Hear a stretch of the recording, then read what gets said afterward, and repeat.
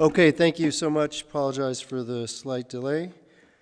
Before we begin, I want to remind the Public Safety, Finance, and Strategic Support Committee members and members of the public to follow our code of conduct at meetings. This includes commenting on specific agenda items only and addressing the full body. Public speakers are not engaged in a conversation with the chair, council members, or staff. All members of the Public Safety Committee, staff, and the public are expected to refrain from abusive language. Repeated failure to comply with the code of conduct, which will disturb, disrupt, or impede the orderly conduct of this meeting, may result in removal from the meeting. This meeting of the Public Safety, Finance, and Strategic Support Committee will now come to order. Can the clerk's office please call roll? Batra. Present. Cohen. Kamei. Here. Vice Chair Duan. Here. Chair Jimenez. Present. You have a quorum. Wonderful. We have a quorum. We're going to go to item B, review of the work plan. There's an item there, access to critical services by traditionally marginalized communities audit report. I think there's a recommendation there to drop this item from the work plan from our meeting. Okay, so do we need action here, Lee? I mean, no, right? I mean, yeah, no action. Okay. And so we'll go ahead and I think we typically do public comment on the work plan, if there's any public comment on the work plan.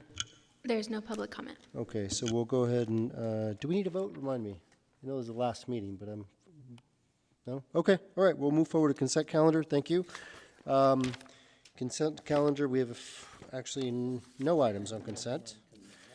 All right, so we're going to jump directly to reports to the committee. Item 1, which is the Retirement Plans Investment and Annual Report. Welcome, sir. Good afternoon, council members. John Flynn, Director of Retirement Services. I'm here with Jay Kwan, one of our senior investment officers. Jay's going to walk us through the Retirement Plan Investment Annual Report. Good afternoon. It's going to be a brisk walk. Jay Kwan, Office of Retirement Services. I'm here to present the report of annual investment returns for the Federated System and Police and Fire Department retirement plans. Just as a reminder, those are the two public DB pension plans that we run on the behalf of city employees. Those plans assume that the investment portfolio earns a certain rate of return every year for both plans. That assumed rate is 6 5/8%. I'm very happy to report that the plan returns for the prior fiscal year ending in June were 9.7% for Federated and also 9.7% for Police and Fire. So to be explicit, the returns for both plans were in excess of their assumed rate of return. Additionally, both plans' performance continues to be above median in their peer universe of similarly sized public pension plans over longer time horizons. So that's to say we're doing well on an absolute basis in terms of performance, and then we're also doing well relative to similar peers. Performance largely was driven by the U.S. stock market, which returned in excess of 20% over the fiscal year and continues to perform well, actually. Most asset classes over that fiscal year time period were up, largely thanks, I think, to moderating inflation. I'll keep it brief, but to reiterate, returns were good, in excess of the discount rate, in line with our policy benchmark, and strong relative to our peers. I'll take any questions now. Otherwise, the recommendation is that the committee accept the annual pension and healthcare investment performance report for the Police and Fire Plan and the Federated System for fiscal year 2023 to 2024. Thank you so much. Good news. We're going to see if we have any public comment. We have no public comment. So no public comment. We'll bring it back to the committee. I think Councilmember Batra, actually Councilmember Vice Mayor Kamei was first. Go ahead. Thank you so much for the report. I was just curious, you know, we are looking at the chart. Let me see here. Oh, the chart's not there anymore. But it reflected this last year like 5 point something percent year to date. And I'm wondering if it's taking in the average of year 3. Oh, thank you very much. Of year 3, where, you know, it had been lower because of 2022. Is that why the year-to-date is 5.4 versus the 1 year? Because I know the 1 year is the fiscal year, right? Yes, so the 1 year column corresponds to the fiscal year. The report's as of June, so the trailing 1 year is from June to June. The year-to-date, I believe, refers to calendar year-to-date. So that'll be from this January? No, that's on a calendar basis. So the year-to-date number there is the first half of the 2024 calendar year. And then the 3-month would be the 3-month period from June to March. So, sorry, just to be clear. The report is as of June 30th, 2024. All those time periods refer to calendar time periods. So where it shows year-to-date, that's 6 months only?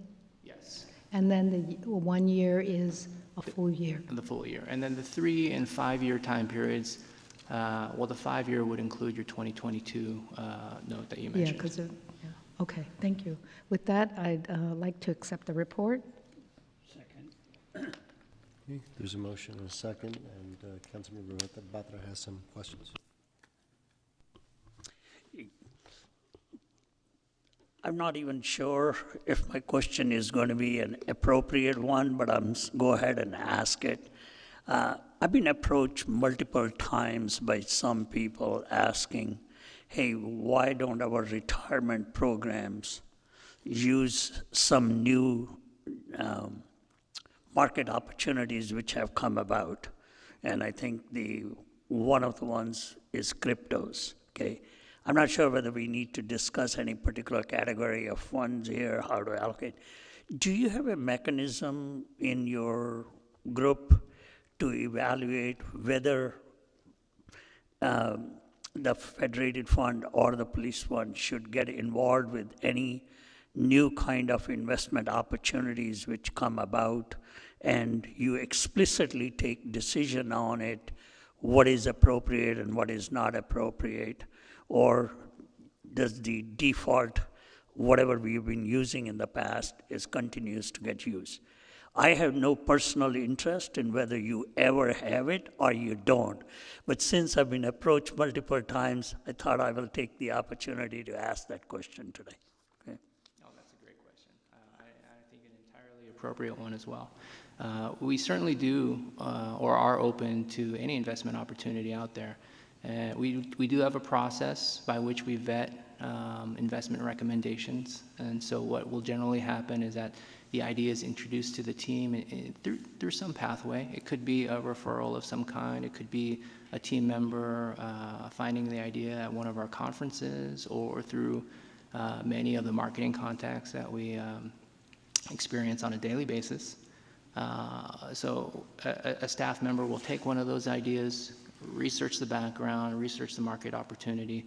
Could include, anything, including crypto. But once a staff member feels comfortable enough about the area and feels that it's appropriate for the portfolio, they'll look at it, some kind of investment vehicle, some way to actually invest in an institutional fashion in that opportunity. Raise that up with the rest of the team. We'll discuss it at length, and then if it fits, then it's put into the plan. Thank you. So it looks like you have got a pretty systematic way of including new types of investment opportunities which come along to make a decision whether they really are appropriate for our funds or not. Thank you. And I'm glad to know that, and glad that that's the way you follow these things. Thank you. Thank you, Councilmember. Okay, seeing no more questions, we'll go ahead and take a vote. Thank you for the presentation. Thank you. Okay, next up, we have the Recruitment, Hiring, and Retention Strategies Biannual Status Report. Item number 2. Go way down.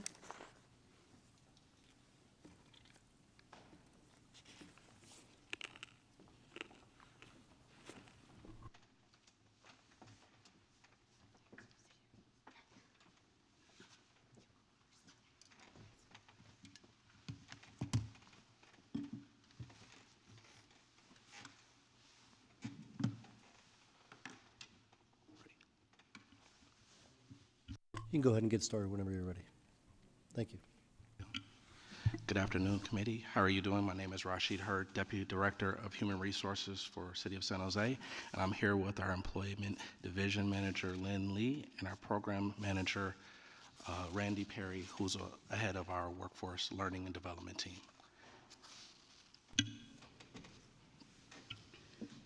Thank you. Lynn Lee, Division Manager, Human Resources. Today, I'll be providing a brief summary of our recruitment and hiring strategies. Our goal with the citywide vacancy rate was to reduce and maintain it at less than 10%. This chart shows the city's vacancy rate by fiscal year, and as of the end of fiscal year 23-24, we achieved a vacancy rate of 10.5%. We now have data for October of this year, and our vacancy rate is 9.45. So you'll see up there it's as of September, but as of October it is 9.45%. One strategy that we have used to maintain and track citywide hiring was by setting quarterly priorities and hiring goals. We started in fiscal year 21-23, quarter 3, and since we started establishing these goals, we have met our hiring goals with these, with the exception of the very first quarter where we're getting started and getting our bearings. This is in large part due to the recruitment efforts of our recruiters in central HR and in the departments, and I would certainly like to acknowledge and thank them for their continued efforts. I'll now hand it over to Randy to discuss the retention strategies.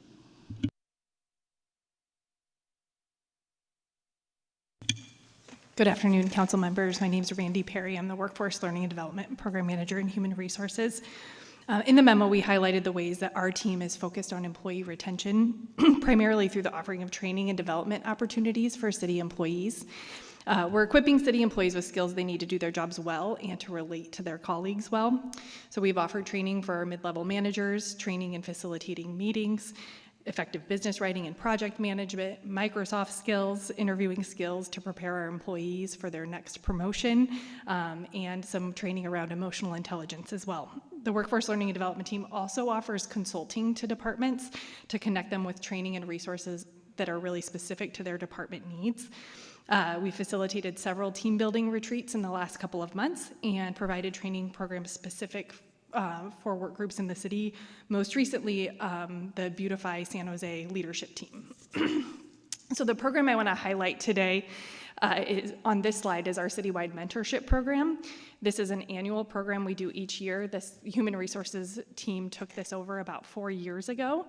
So this year we have 367 employees who are involved in the program as a mentor or a mentee or both. And we have employees from the city manager all the way to interns and part-time employees who are participating this year. We hosted a kickoff ceremony in September, which is the picture you see on your screen, and mentors and mentees had the opportunity to meet their match for the year and hear the powerful story of servant leadership and resilience from from Maria De Leon. She's a deputy director in our Parks, Recreation, and Neighborhood Services department. So since then, we continue to provide monthly professional development workshops for the matches and encourage the matches to continue to meet at least on a monthly basis. And then on our next slide, we continue to work hard to attract talent to the city with community outreach events, and we've listed the numerous outreach events that we participated in since our last report. We also are using the city's LinkedIn account to brand the city of San Jose as a great place to work, and using LinkedIn Recruiter to reach out to diverse candidates, to create a more diverse candidate pool, and continue our efforts in diversity that way. So we will continue to evaluate new ways to continue to improve our recruitment, hiring, and retention efforts, and we will return to the committee annually with updates. And we'll take questions now. Okay, thank you for the information. We'll go to the public, see if there's any public comment. There's no public comment. Okay, very good. We'll bring it back to the committee then. First question is Vice Mayor Kamei, please. I actually don't have a question. I just wanted to say thank you and good job. I know that, excuse me, we've been trying to get below double digits, and so congratulations. And I'd like to move approval of accepting the biannual status report. Okay, motion and a second. Okay, I go to Councilmember Duan. Thank you. Great job decreasing the percentage of vacancy. But I do have a question. So I believe you hire 500 and something employee internally, 537 internally, and 615 externally. Now, when you hire employees from the internally, then there's a position open. How do you justify that within your numbers?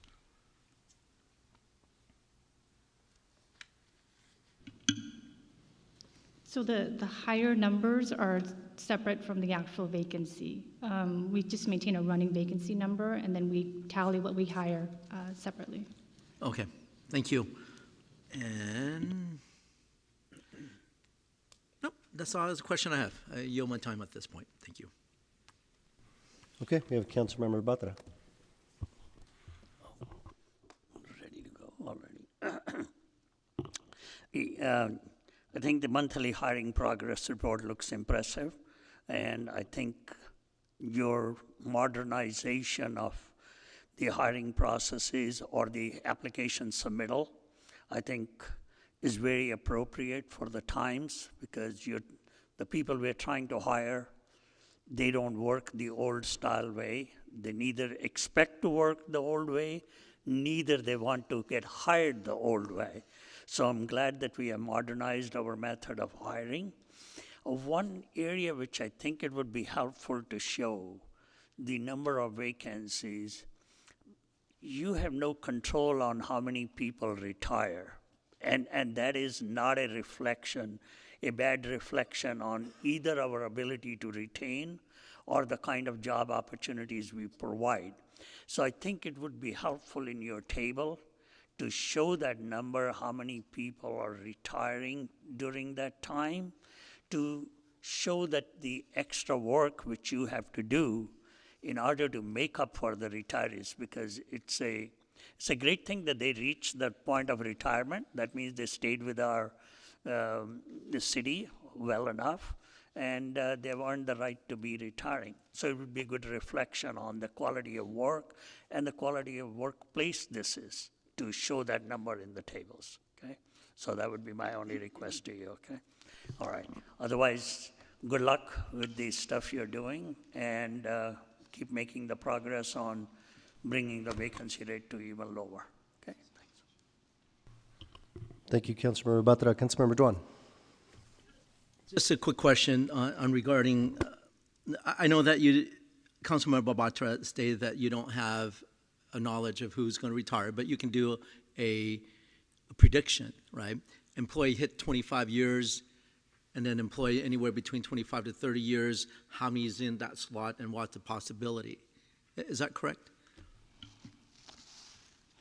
You can take some guesses on that. However, in city employment, one of the things that it becomes important is recognizing that many employees haven't notified us that they plan on retiring at this point. But you can take some estimates on the potential of loss because of the season that a person might be in their career. So definitely, that's possible. I don't necessarily know if that can be put into a report necessarily. Just get on ChatGPT. They'll figure it out for you.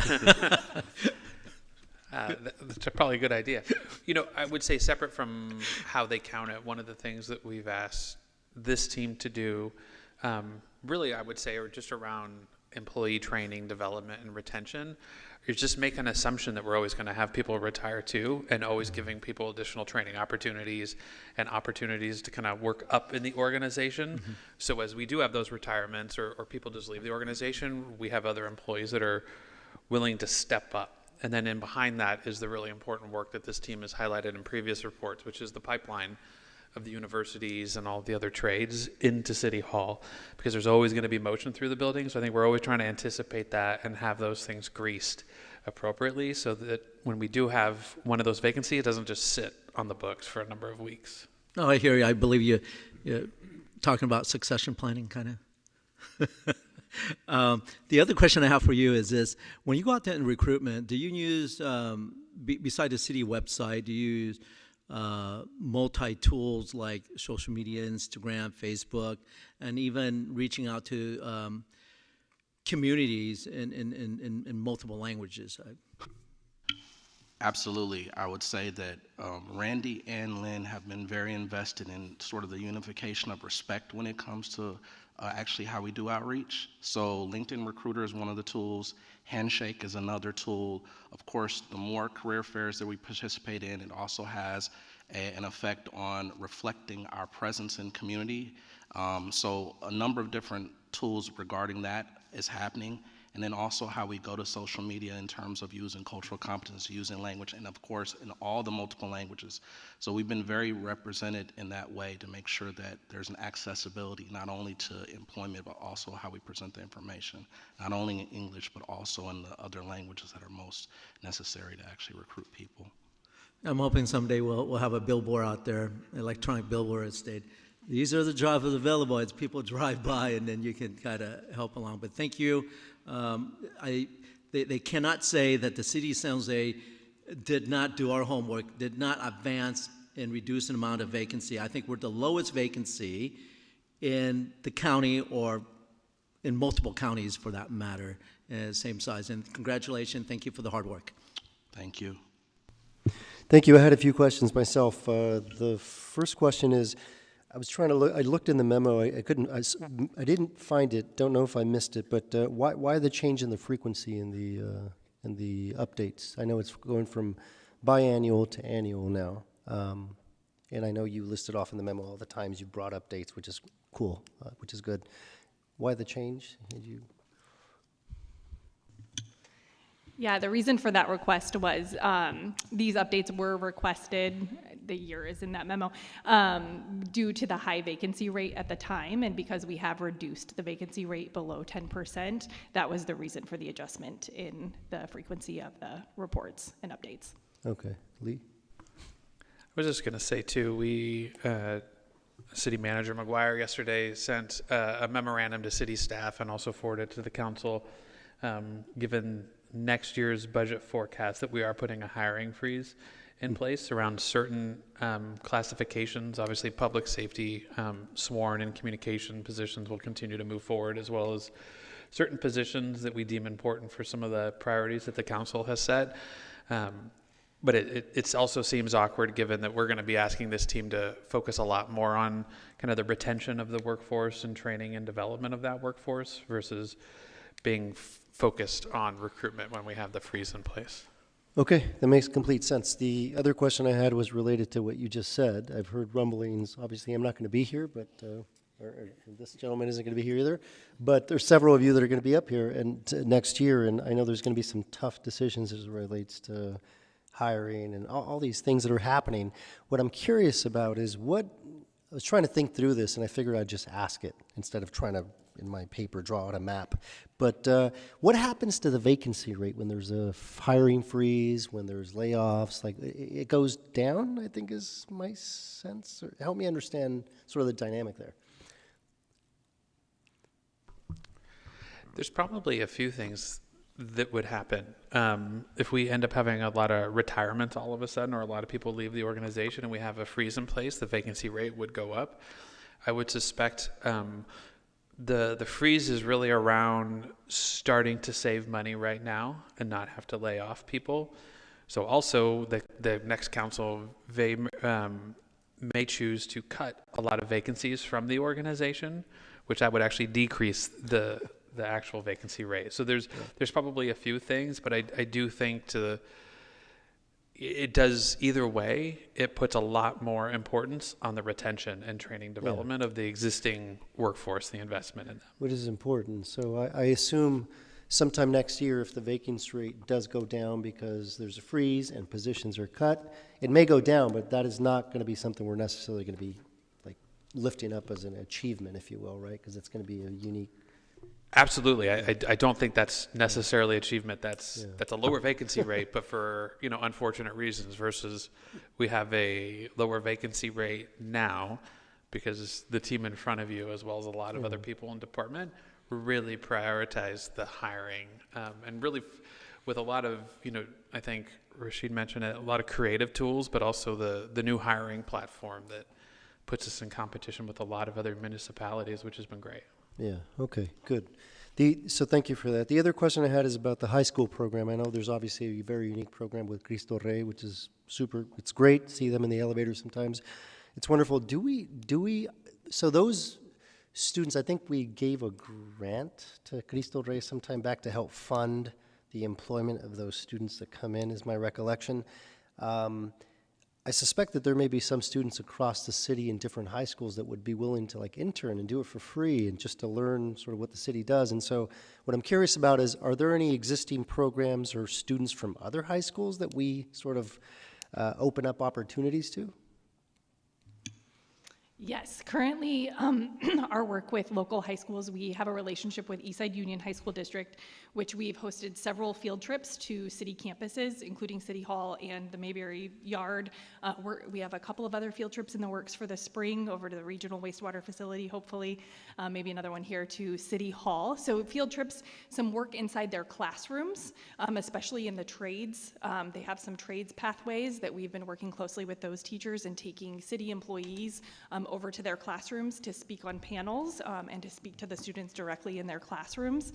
Additionally, we also have a relationship with Silicon Valley Career and Technical Education and doing very similar work with them with field trips and panels. In terms of a longer-term engagement with specific students, it is something that we are discussing.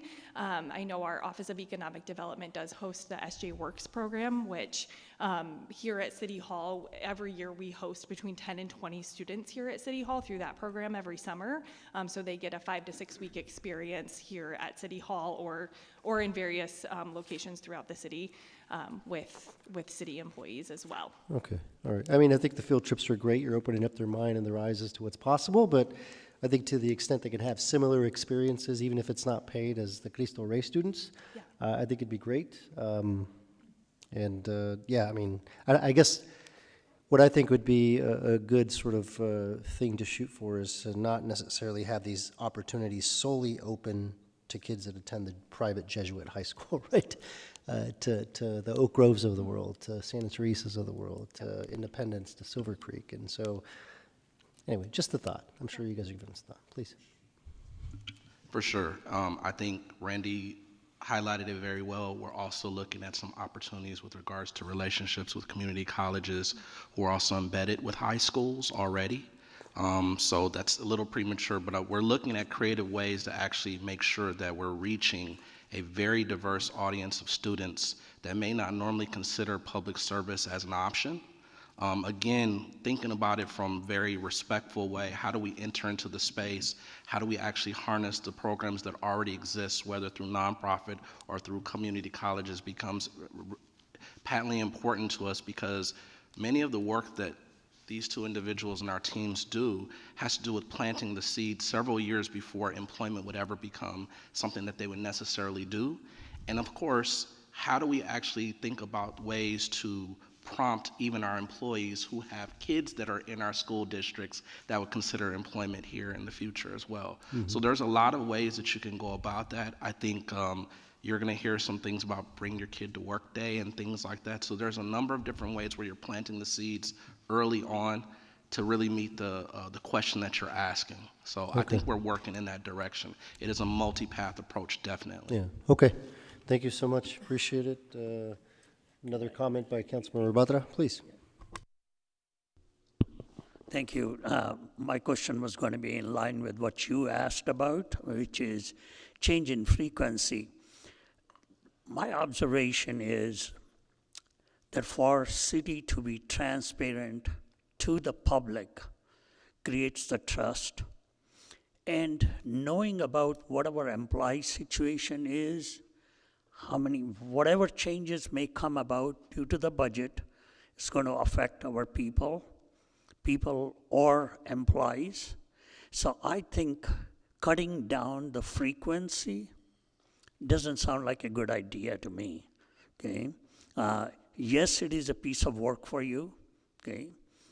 In order to get prepared for the report, be prepared for the answers. But I think the value of this thing in terms of what the public gets out of it, it's not the council members. It's what the public gets out of it and how they view the city. I think that value will be missed by changing the frequency to once a year. So my strong suggestion would be is that please do not change the frequency. Keep it biannual, okay? It's a chance for you to come and tell all the good things which have happened to our employees, what we are doing, what efforts we are making.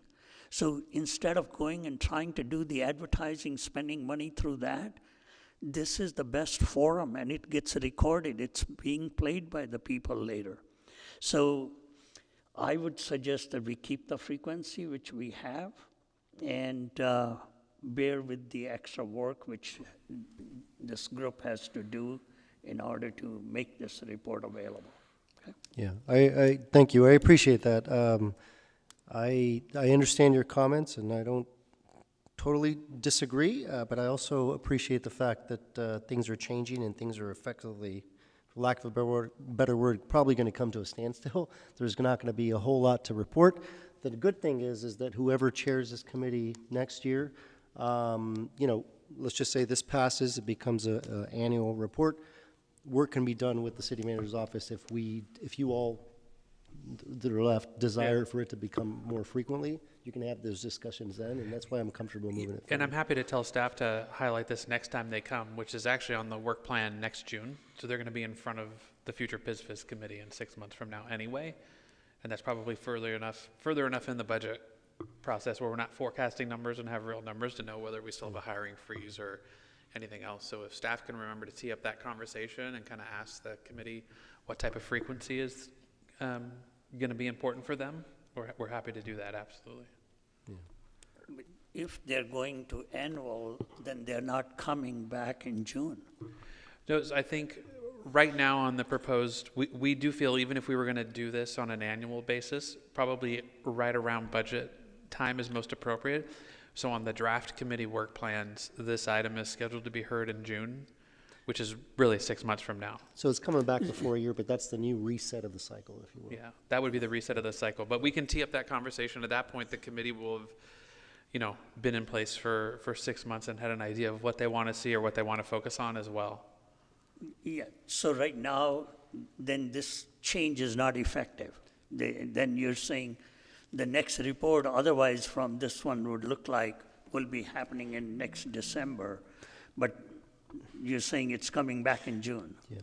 I would say, correct me if I'm wrong, but I think the clarification is that even though we're hearing it right now in December, it's not to suggest that the next update's December. Effectively, this is just resetting it to once a year, and the determination has been made that the once a year is going to happen in June. So that's why it's coming back. But also asking staff to ask that question of the new committee. Is this a helpful report every 6 months, or should we move to an annual basis? So they would have that conversation in June. Okay. All right, okay. Thank you. Okay, I appreciate the comments. It's a good point. That's one of the reasons I asked the question originally. But okay, very good. So I think we've exhausted the comments, questions. We'll go ahead and take a vote. There was a motion, right? Yes. Okay. Wonderful.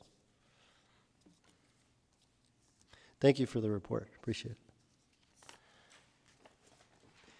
Okay, next we have item number 3, Police Department Operations and Performance Quarterly Status Report.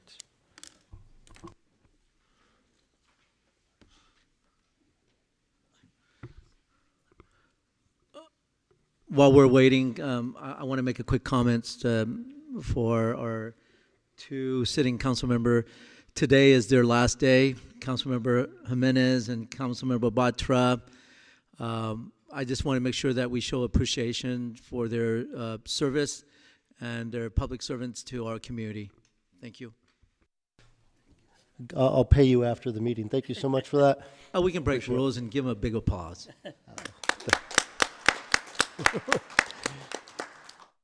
Thank you. Appreciate it. Appreciate it. Now we can get to work. Go ahead, Gina. Okay, good afternoon. I think I know most of you, but I am Gina Tibaldi, the Deputy Chief of the Executive Office. Also with me here today is Janet Fan. She is our program manager, for our crime analysis unit. We also have Lieutenant Todd Jennings, who is our commander of the Real-Time Intelligence Center. Behind me, we have Deputy Chief Steve Ligorio, who is the Deputy Chief of the Bureau of Investigations. And then we also have Lieutenant Paul Hamlin, who is the Lieutenant of Research and Development and is our redistricting subject matter expert. So our presentation today, click for you. Our presentation will begin with Janet Fan providing a demonstration of the new crime statistics dashboards that are based on council district. During this demo, she will provide a synopsis of our latest reportable crime statistics. Next, I will provide a brief update on the department's redistricting project, and then finally, Lieutenant Jennings will give a presentation on the Real-Time Intelligence Center. I'd like to note that reports on the crime statistics dashboards and ARTIC were added after the PISFIS work plan was finalized. As a result, we will not be covering recruiting and hiring activity, the P3 Mobile Crime Stoppers program, or cash incentives for tips regarding vandalism and graffiti tagging in today's report. Before I turn it over to Janet for her demonstration, I would like to specifically thank Councilmember Batra, who wrote the memo requesting the development of the new dashboards you're going to be seeing today. These dashboards will provide more localized and meaningful crime information, which will benefit both city officials and residents alike for years to come. As this is his last PISFIS meeting, the police department wanted to get it on the agenda, and we found it appropriate for today. So now I'm going to pass it over to Janet Fan for her presentation. Good afternoon, committee chair, committee members, and members of the public. Before I delve into the share screen, I want to preface that the department has had a full comprehensive crime analysis suite available since 2016 for in-house use. In 2019 and 2020, under direction of our Deputy Director Judy Torrico of the Bureau of Technical Services, we began to scope out and develop the business intelligence tool Power BI. Since then, several crime and intelligence analysts in the crime analysis unit have become Power BI subject matter experts from minimal to no prior BI experience. Internally, the department has over 25 dashboards that present various data for review. So let's go to the share screen here.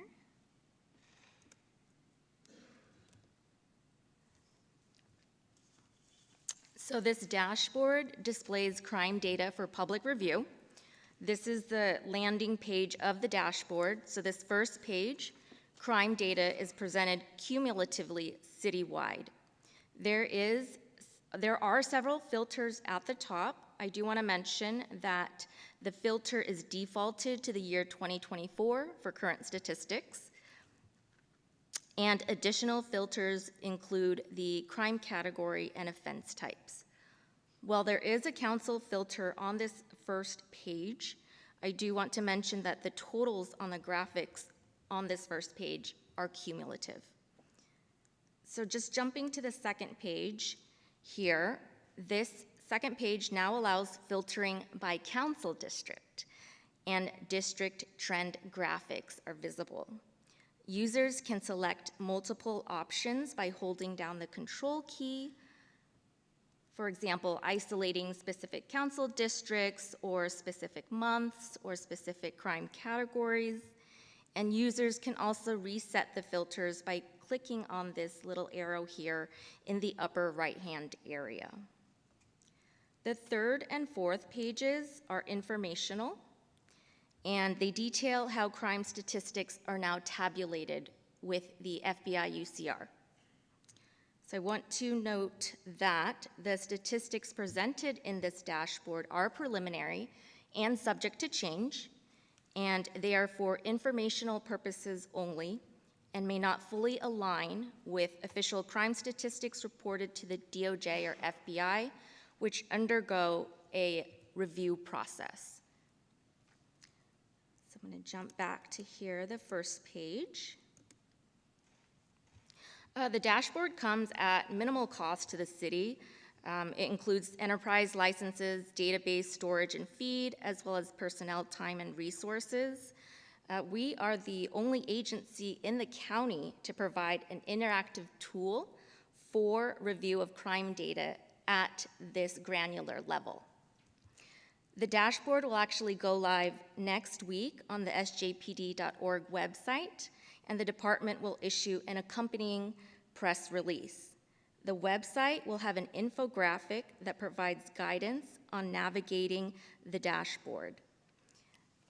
So just like what DC Tibaldi said, what you see on screen is in response to the memo authored by Councilmember Batra in September of 2024. We pooled our resources in the crime analysis unit to develop the dashboard for public consumption, and all aspects of data storage and display have undergone rigorous review for CJIS compliance, as well as to maintain the privacy of our community in respect to their PII. So do you want me to? With that said, please feel free to reach out to us, as we would love to sit down with you and provide one-on-one assistance as needed to navigate the dashboard.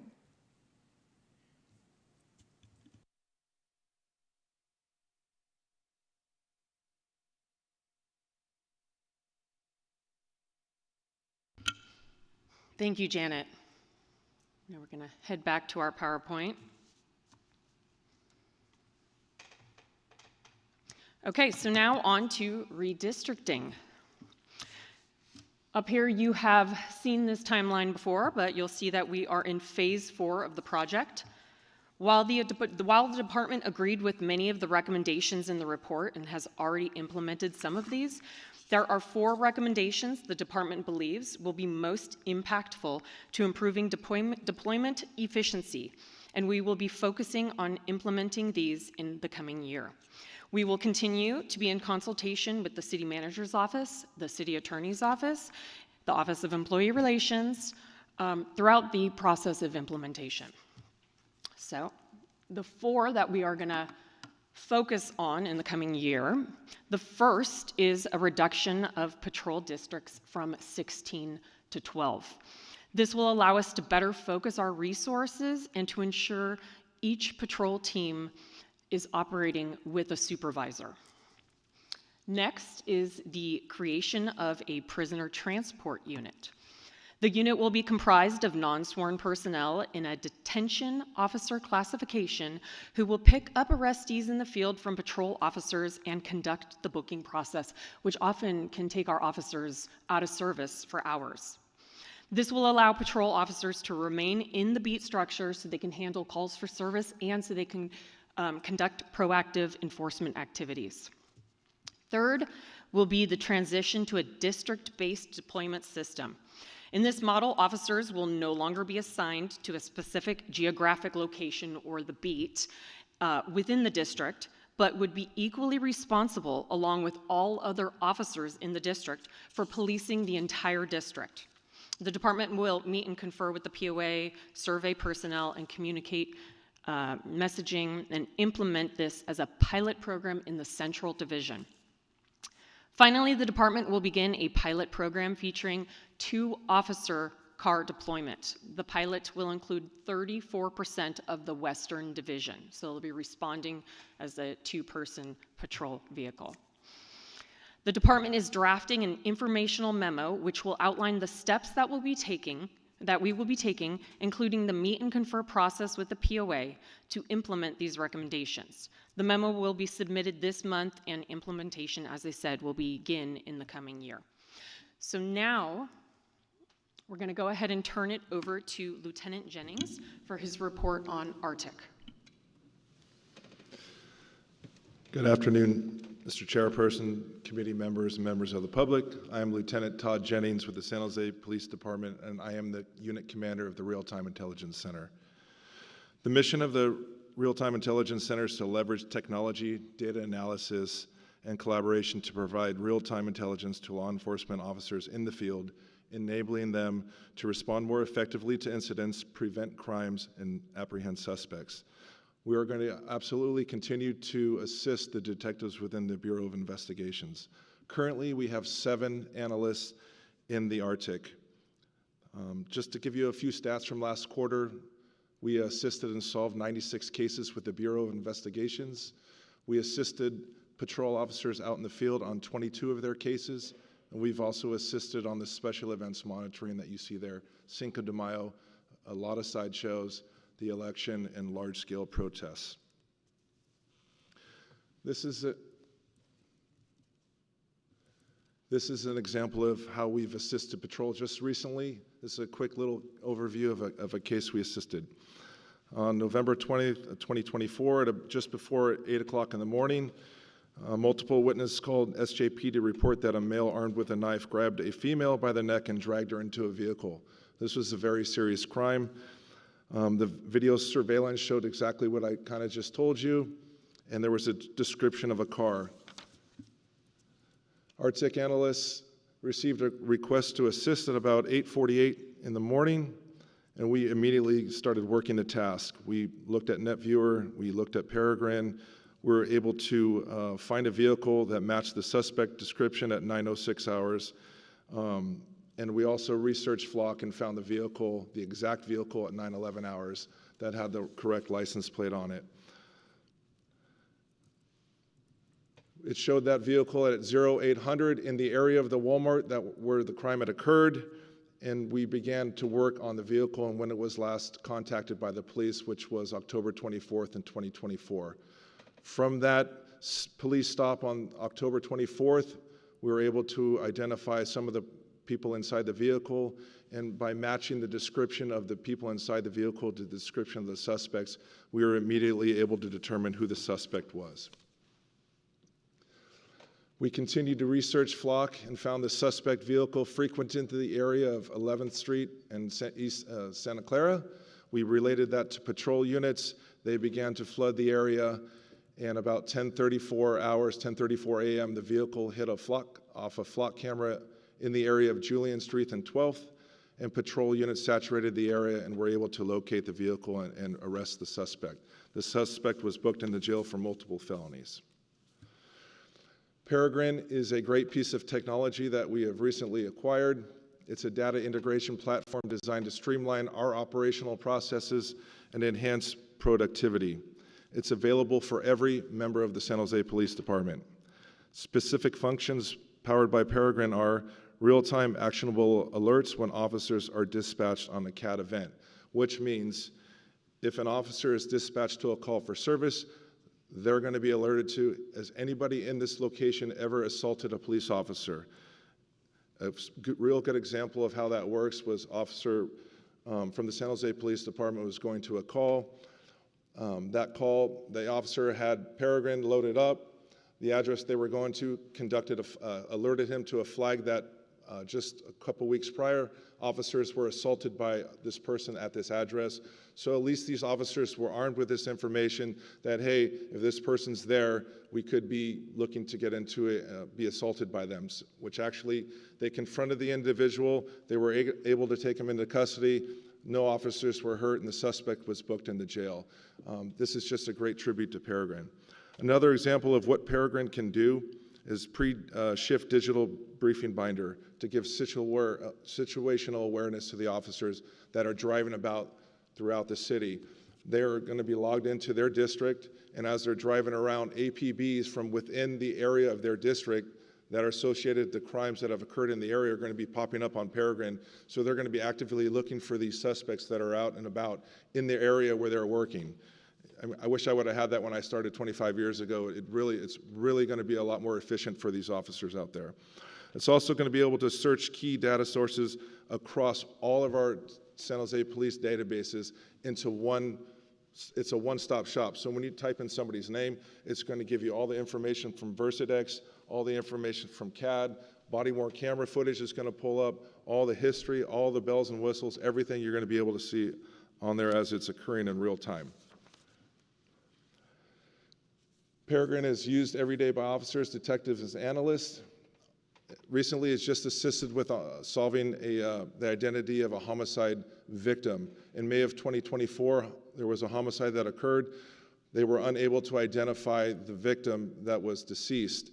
They spent 6 months talking to other agencies, looking at all these other databases, and they couldn't figure it out. Within 10 minutes of taking a training class with Peregrine, they were able to type in into Peregrine and locate the identity of the victim by just using a nickname, because Peregrine also accesses the body-worn camera transcript. So anything that's said, Peregrine can pick up via the transcript, and it was able to search that and find the identity of the victim that otherwise would not have been identified. Lastly, Fusus. It's a web-based open platform software system. This is great. It's going to be bringing in all the live cameras throughout the city of San Jose into one pane of glass. In real time, it's going to allow analysts to update police as they're en route to events. So when somebody calls 911, the GPS of that 911 caller is going to pop up on the Fusus map. The 4 closest cameras are going to pop up, whether they're from the Department of Transportation cameras, now called public safety cams, or other cameras that we have brought into the system, and we're going to be able to give that information to patrol officers as they are en route to calls for service. It's also going to enhance officer safety, and it's going to help solve crimes up front as they are occurring and alleviating all the back-end work by the detectives that they normally do on a day-to-day basis. Citizens are going to be able to register their cameras, just like similar to SJ Cam, if they want to get out there and say, hey, we're willing to allow access to the police department after the fact, or they can decide to give the police department live access to their video cameras based on an emergency that's in the area. So these are very exciting things that we have. Here's just an example of the Fusus map on the screen, and also just pulling up there was a theft at this convenience store over here, and this is just an example of activating, pulling up the camera for lifetime information. Thank you, and if you have any questions, I'd be happy to answer them. Okay, and that concludes our presentation, and we're available for questions. Thank you. Lots of information. Appreciate it. We're going to see if there's any public comment first. We have no public comment. Okay, wonderful. We'll bring it back to the committee, and let me just say before I hand it off to Councilmember Batra, he was giddy as you were talking about the data for the per district and such. And it seems very clear to me that crime is out of control in District 10. I'm joking. I'm joking. I'm joking. No, that District 10 and District 1 things seem to be going well there. So I just wanted to point that out. But thank you for that recommendation. So, Councilmember Batra.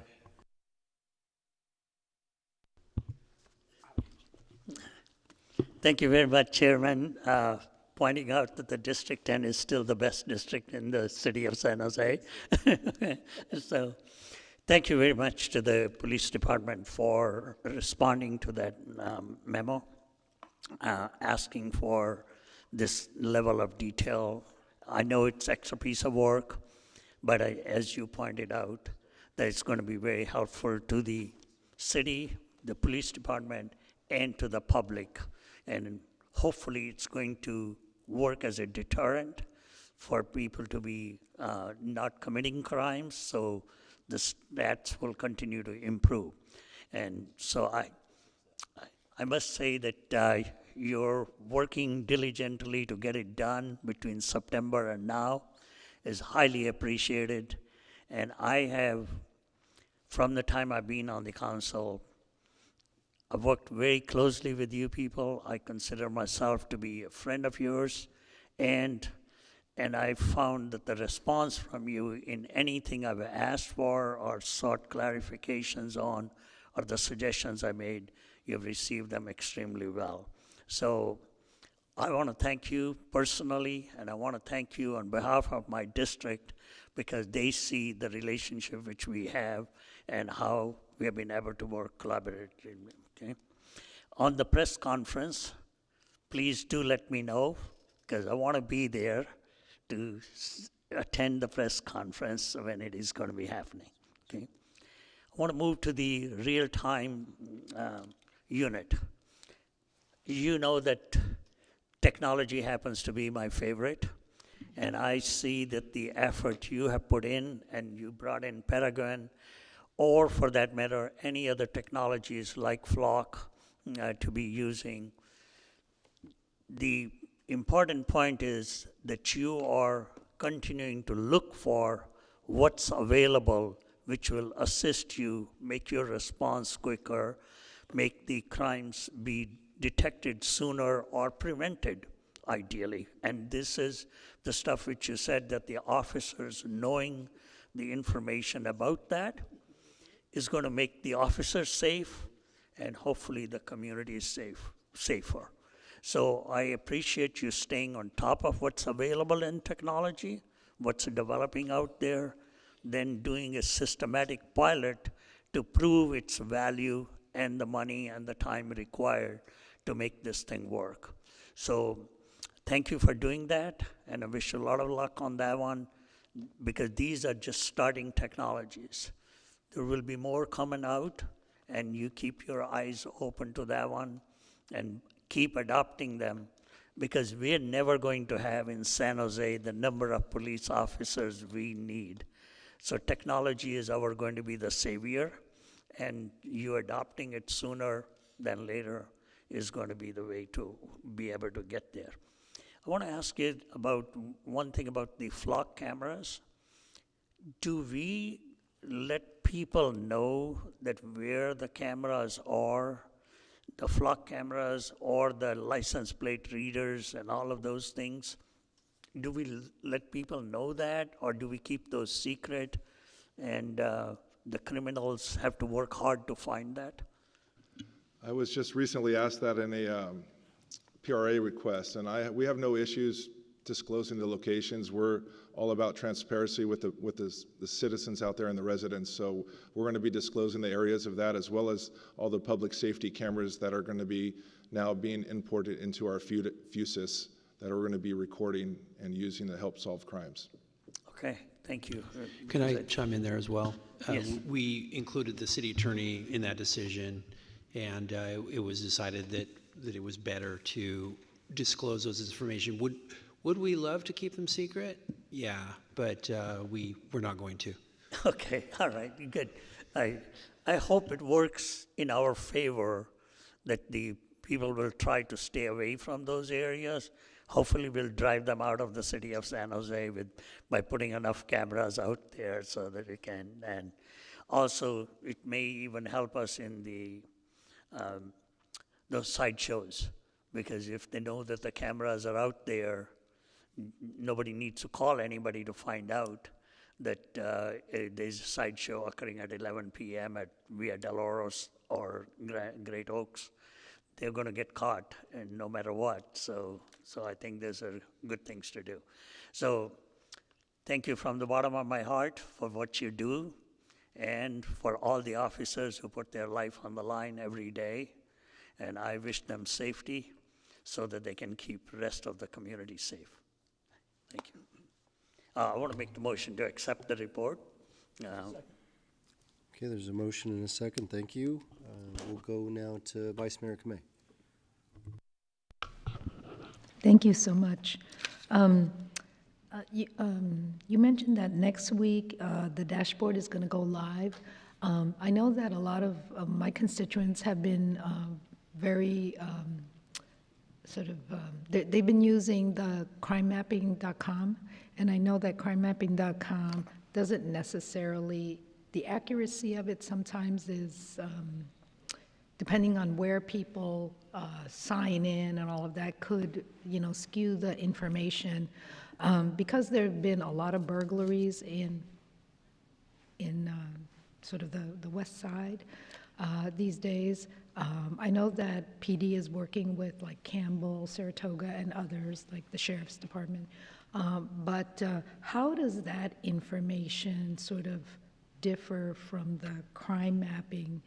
Because I know that when people see all the dots on there, it's like, oh my gosh, what's happening here?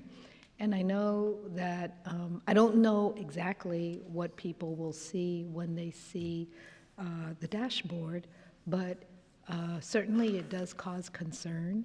And so I'm just wondering what to expect. Absolutely. So crimemapping.com is web-based, and it allows citizens to view crimes and police events geographically. That one has certain crimes filtered out for privacy reasons, and that just gives the citizens or the public a sense of where crimes are occurring. In terms of the crime statistics dashboard, this gives you more of a trend analysis. You can view the different charts and graphs. You can do specific filters, and the data is a little bit more comprehensive in that respect. But you're not going to be able to identify, oh, in this particular house, or, you know, like, because I think privacy is a bit of a problem, I mean, or an issue, not a problem, but an issue that people are concerned about.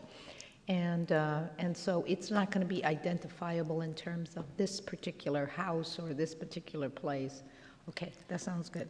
And then in terms of the Real-Time Intelligence Center, I think it's fabulous. I really think that, you know, you need every tool in the toolbox and more tools and newer tools. So I'm very excited about that.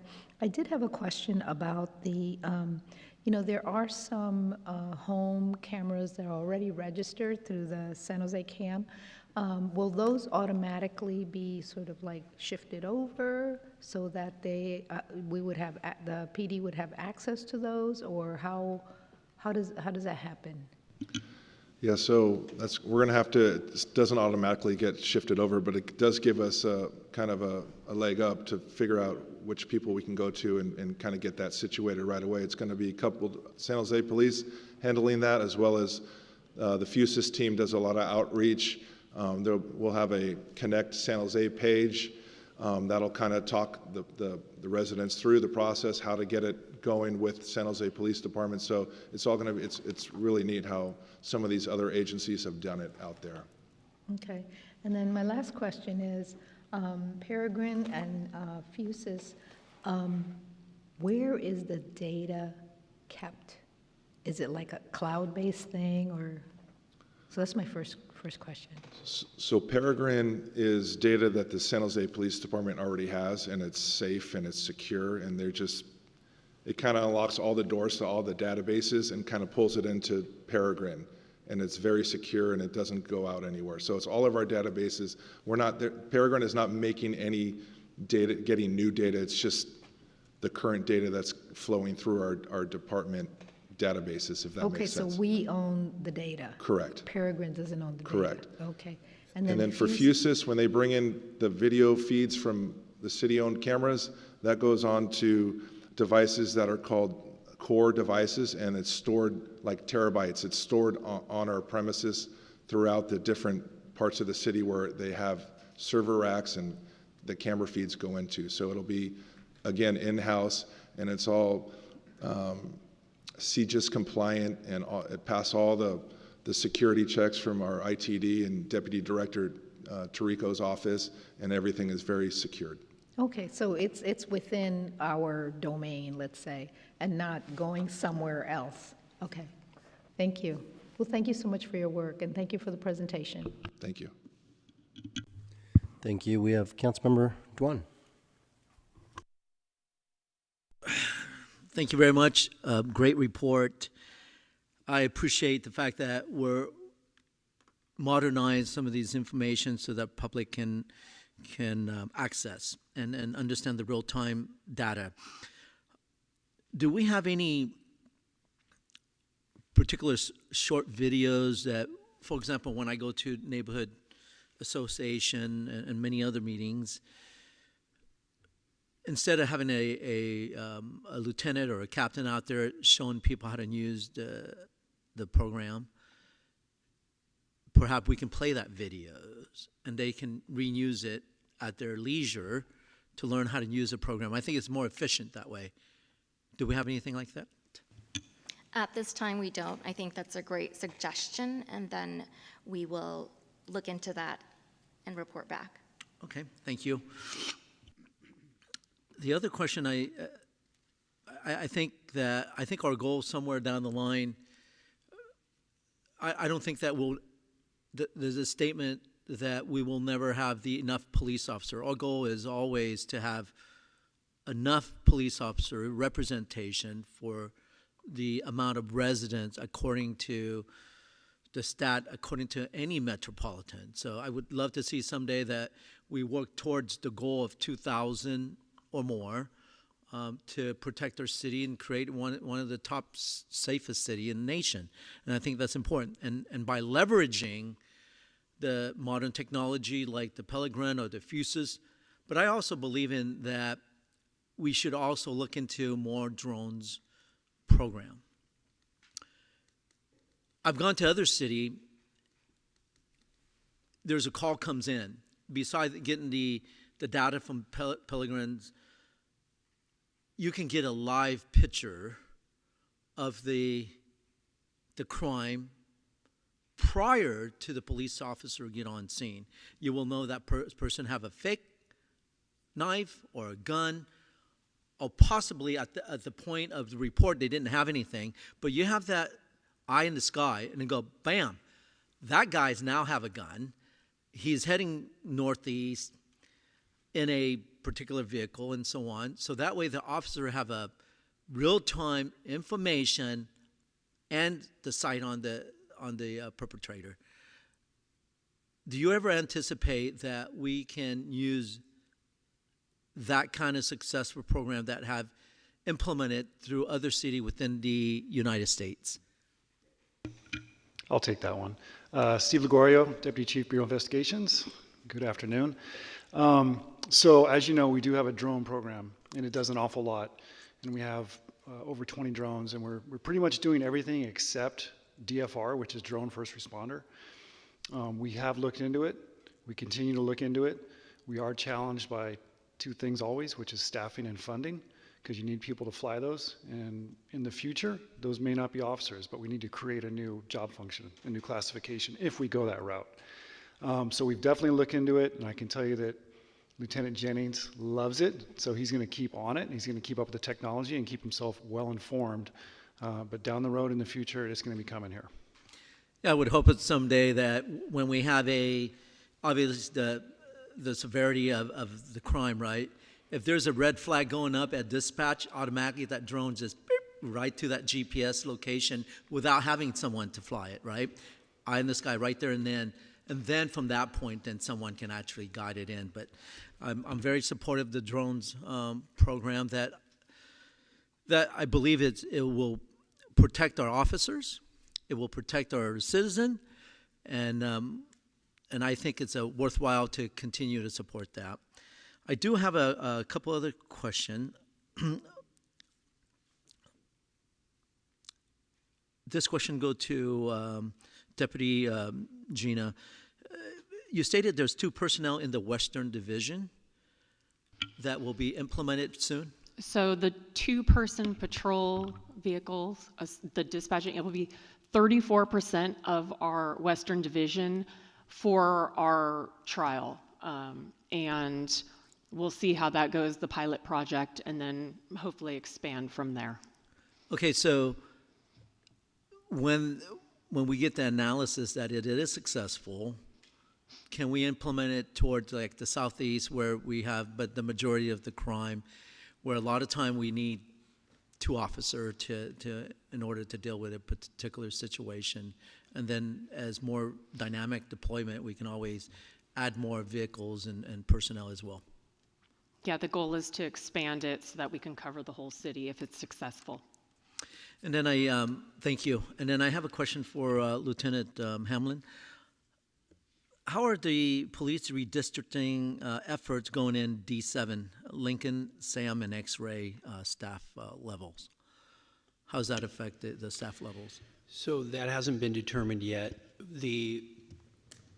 And you'll see, it'll be clearer when you get our informational memo. But basically the recommendations we've received are a little more general than that.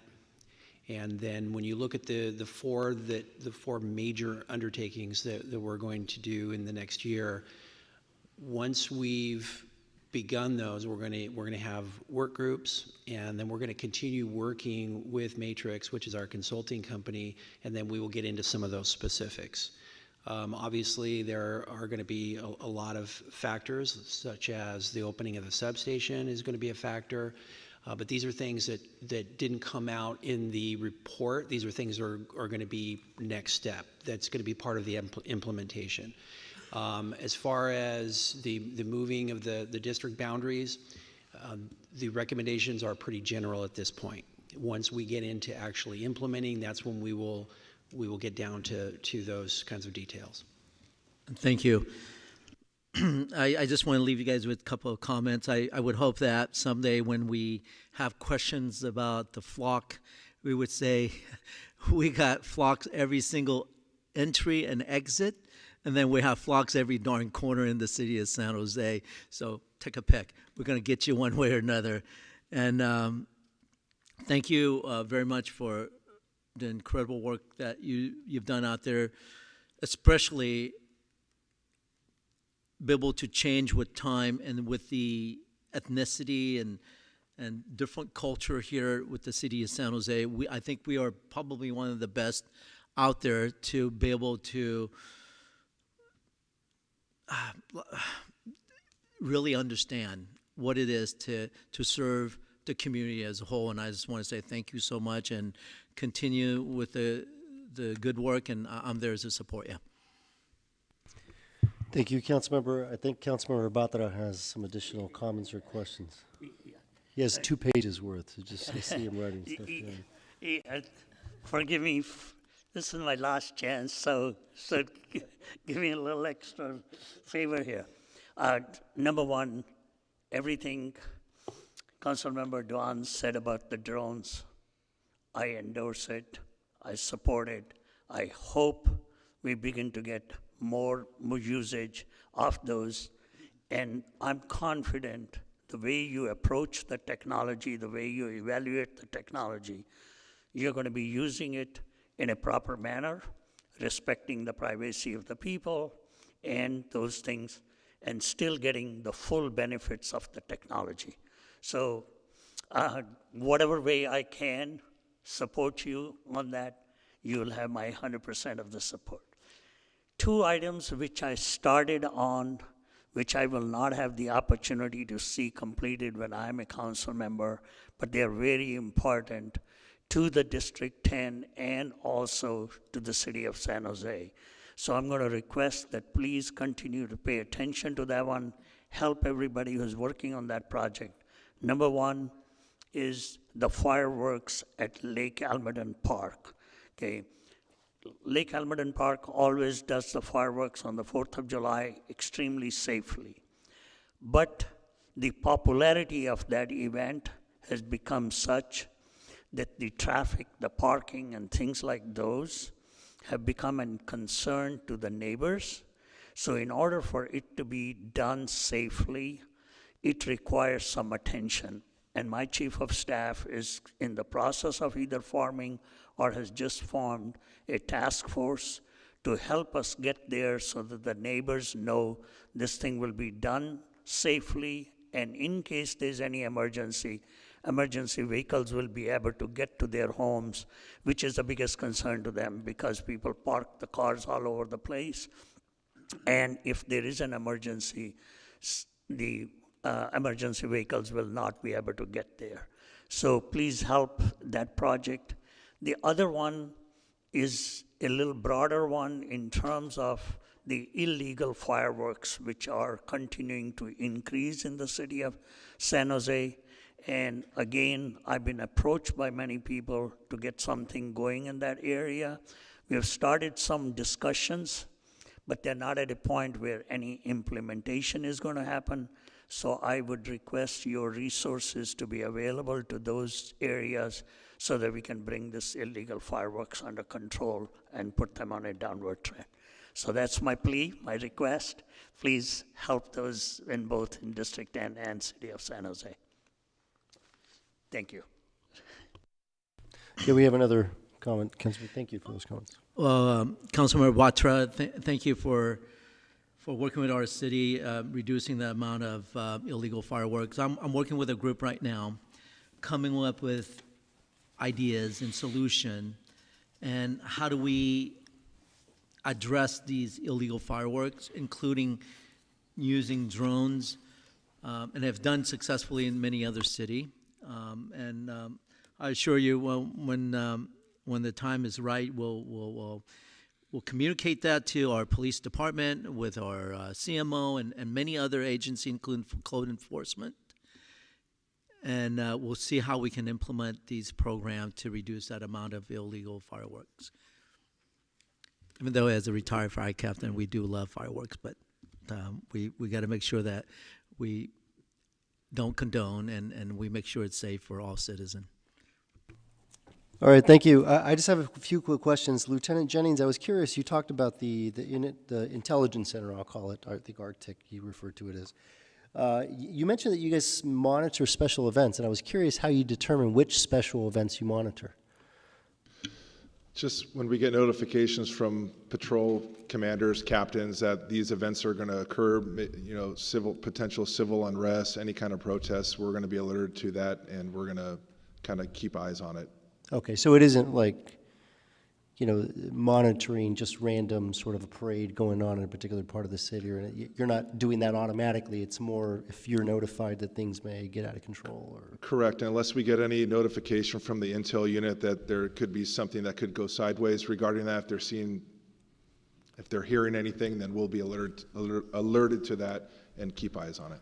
Okay. This is also the center that would be on proactive monitoring during, say, the Super Bowl, when the World Cup is here, and there's other large-scale events, so that we just have more of a proactive stance as well.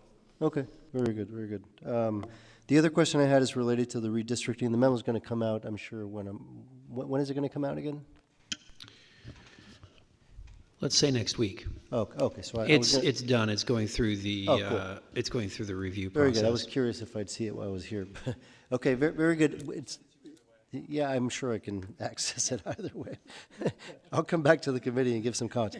But just about the redistricting memo that's going to come out, because I'm sure it's already maybe 80% baked that we're just reviewing it. I'm curious about a question that was asked earlier about the 2-officer car deployment. I haven't seen sort of the reasoning behind the recommendation.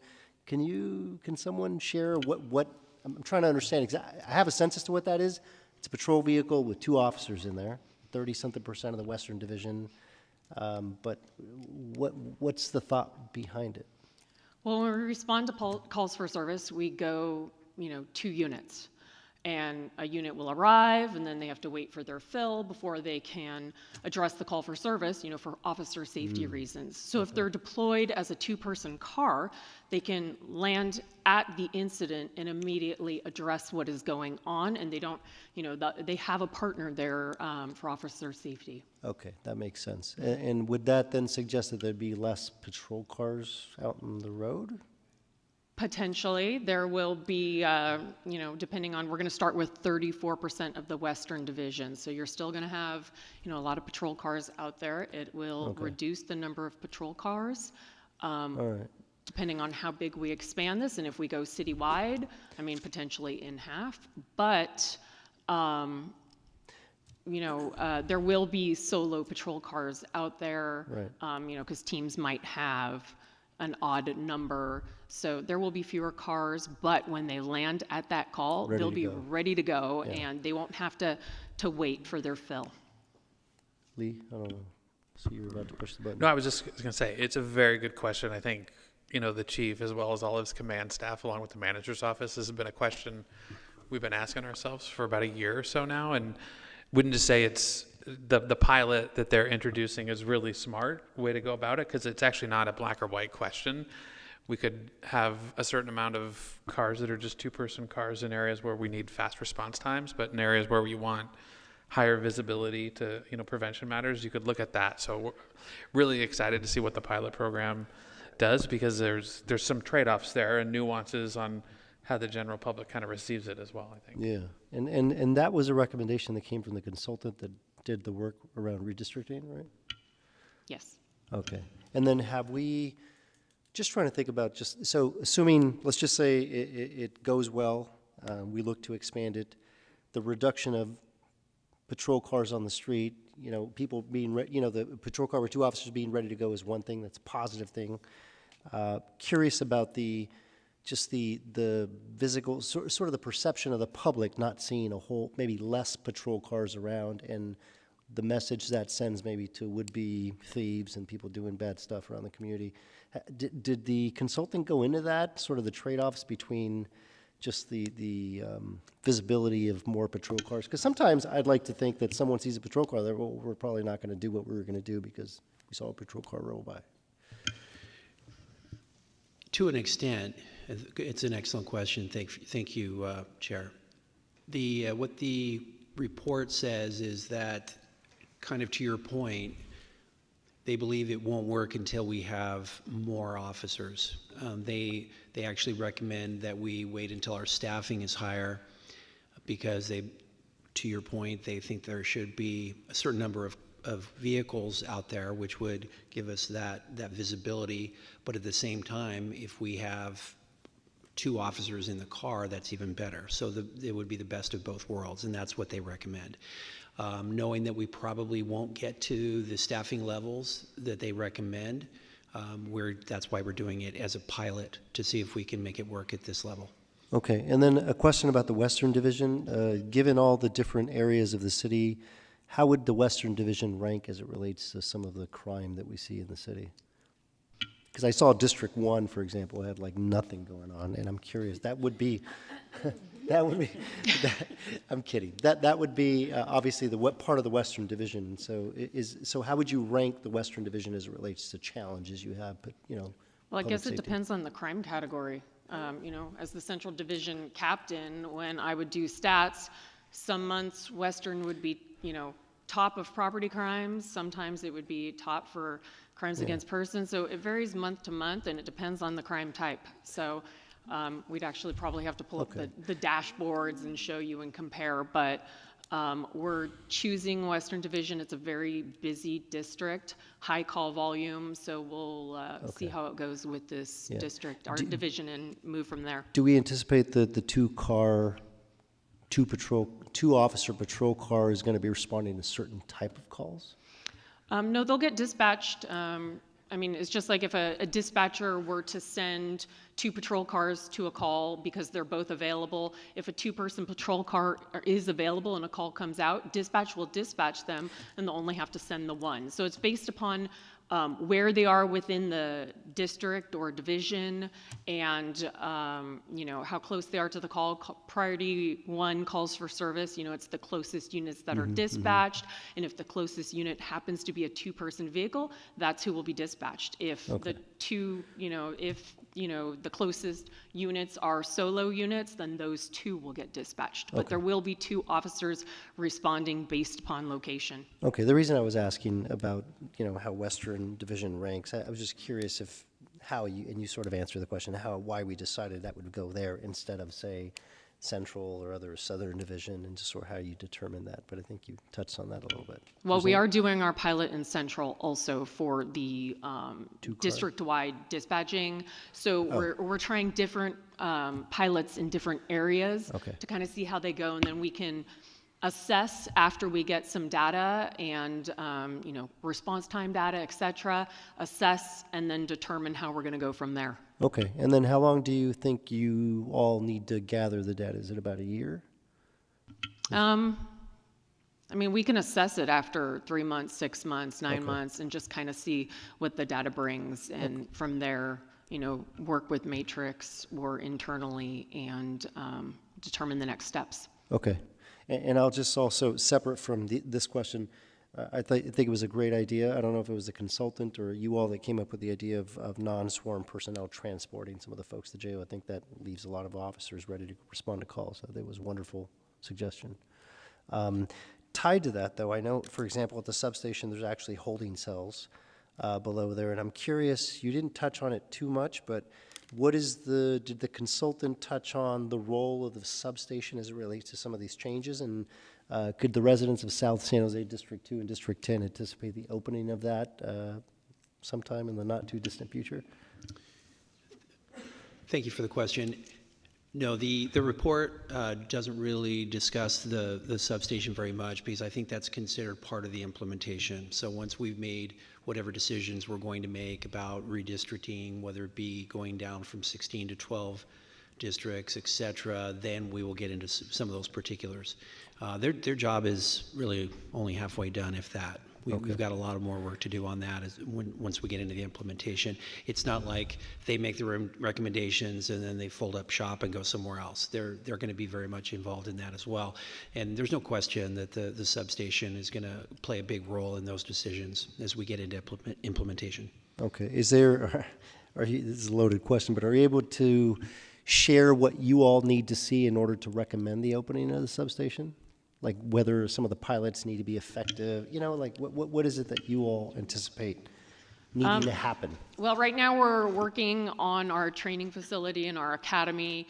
We're developing that. Once that gets opened, we will then move the substation over to the new building. And then from there, we will develop the substation and get it ready for its intended purpose when it was originally built. Right. Okay. And you may or may not know the answer, the estimated time of opening for the training facility? I can't remember the exact timeline, but I think we're at least a year out. I think they said we're like 30% completed as of now. Yeah, I believe we're 30%. I don't know if that means it's December next year, or I actually think it might be March the following year. Okay. All right. Okay. Yeah. Seems but like we can follow up okay. With an email and give you more information. Too long on that. is the answer. It's Too long. Too long to. Yeah, that's fair. Okay. Thank you so much. Appreciate everything you guys do. I think it's wonderful. This report's great. So I think there's a motion and a second already, so we'll go ahead and vote.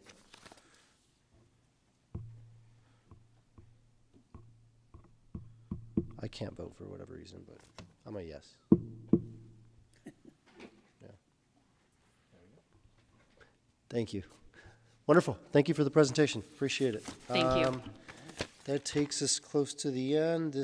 Next is open forum. Any public comment? Yes, we have one speaker card. Forgive me if I mispronounced. Amos, if you could come down, you will have 2 minutes to speak. Go ahead and come down, sir.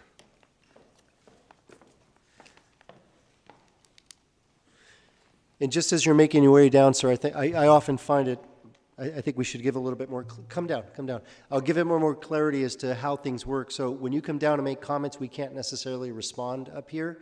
So sometimes we get asked questions, but we're going to listen to what you have to say, and to the extent one of us can help address your needs, we'll connect with you after the meeting.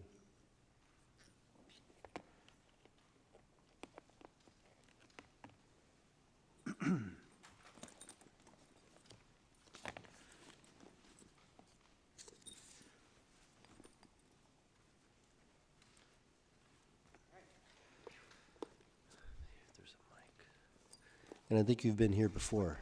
Yeah. I said I think you've been here before, too. So thank you for coming back.